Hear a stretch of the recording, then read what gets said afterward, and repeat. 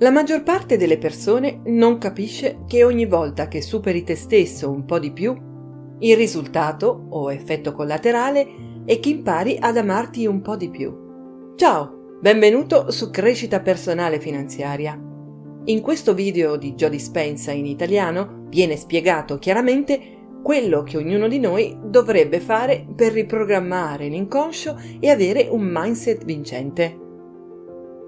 Secondo il dottor Joe Dispenza, se cambi la tua personalità, anche la tua vita cambierà da un momento all'altro. Non si tratta della tua ricchezza, della tua salute o della tua liberazione, ma di chi diventi. Quali scelte e quali comportamenti vorresti cambiare? Ti lamenti? Incolpi? Giudichi? Stai inventando scuse? Come apri bocca, scegli frasi che ti sminuiscono? Se vuoi avere una mentalità vincente, se vuoi avere una crescita personale e una crescita spirituale, devi assolutamente riprogrammare la tua mente. Prova a scegliere solo 4 cose che non vuoi più avere nella tua vita. Quali emozioni ti mettono nei guai? Se non lo sai, prova a chiudere gli occhi per 30 minuti e fai attenzione a dove vanno i tuoi pensieri e quali emozioni emergono. Prova a domandare a te stesso se si tratta di frustrazioni, inutilità, insicurezza, senso di colpa o vergogna. È sufficiente che tu sia consapevole di questi sentimenti e della loro presenza e semplicemente rivivili nella tua mente. A chi dice che non bisogna focalizzarsi sulle cose negative, Joe Dispenza risponde che purtroppo lo devi fare per capire dove devi apportare i cambiamenti e anche perché la negatività costituisce il 65% della tua natura. È quello che sei. E ora, se vuoi migliorare, devi cambiare la natura della tua personalità, che è così radicata in te.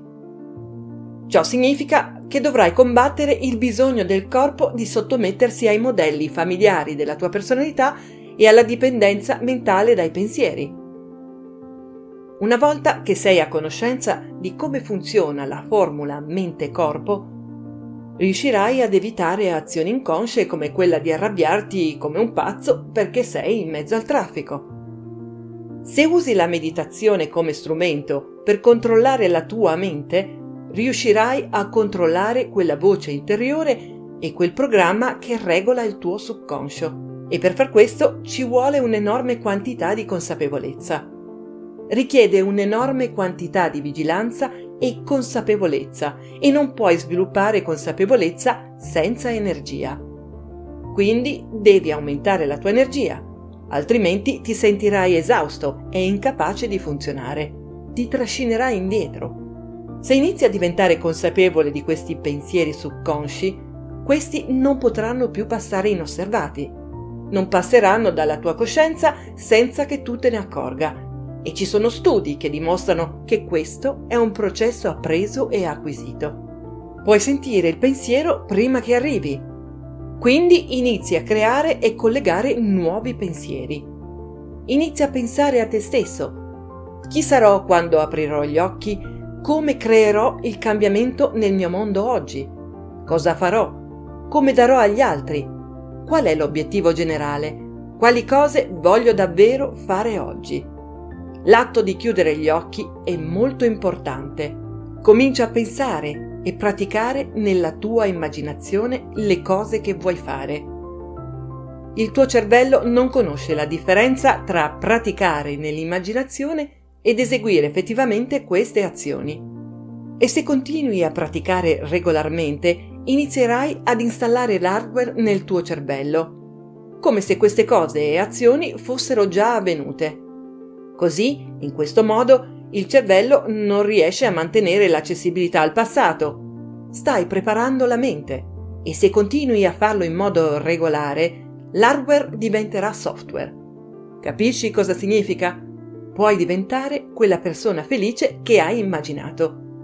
Non c'è sorpresa o magia lì, hai semplicemente installato un nuovo hardware. Gli ormoni dello stress stimolano il corpo. Quindi c'è stress sul corpo. Gli ormoni dello stress allertano il cervello in modo che tu possa essere consapevole di tutto ciò che accade intorno a te, come un polpo con le braccia in tutte le direzioni. Devi controllare e prevedere tutto nella tua vita.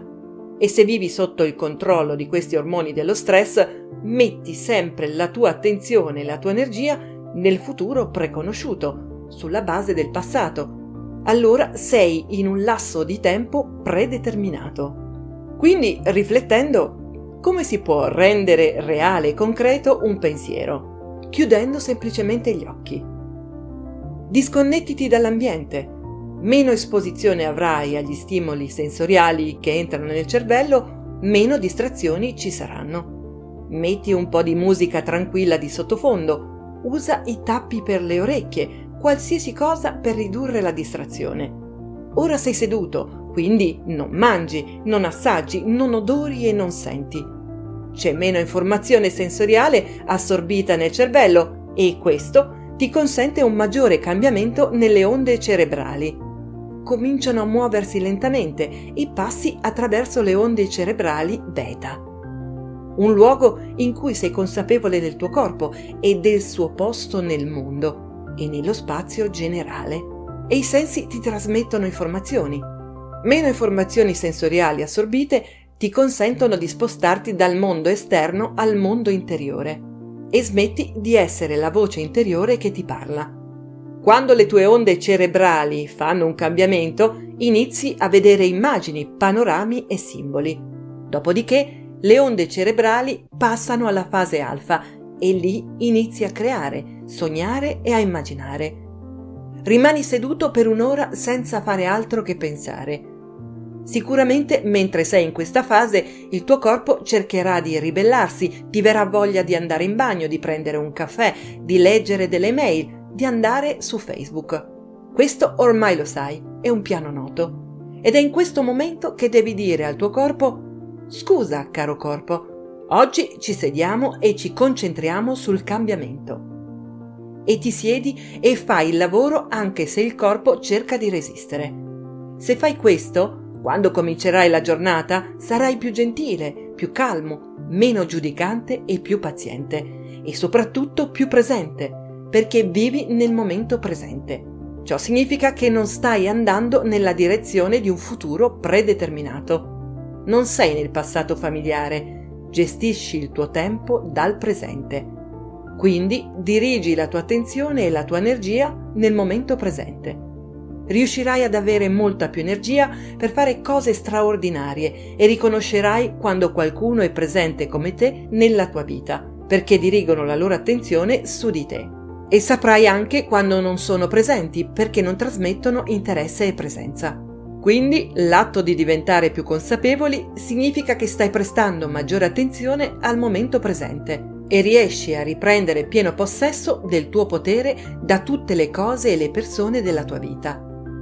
Riprendi letteralmente il controllo della tua vita e non pensi più al tuo telefono, al tuo capo o ai social. Se non analizzi più i pensieri, questo è il luogo che separa il conscio dal subconscio. E significa che dove metti la tua attenzione è dove va la tua energia.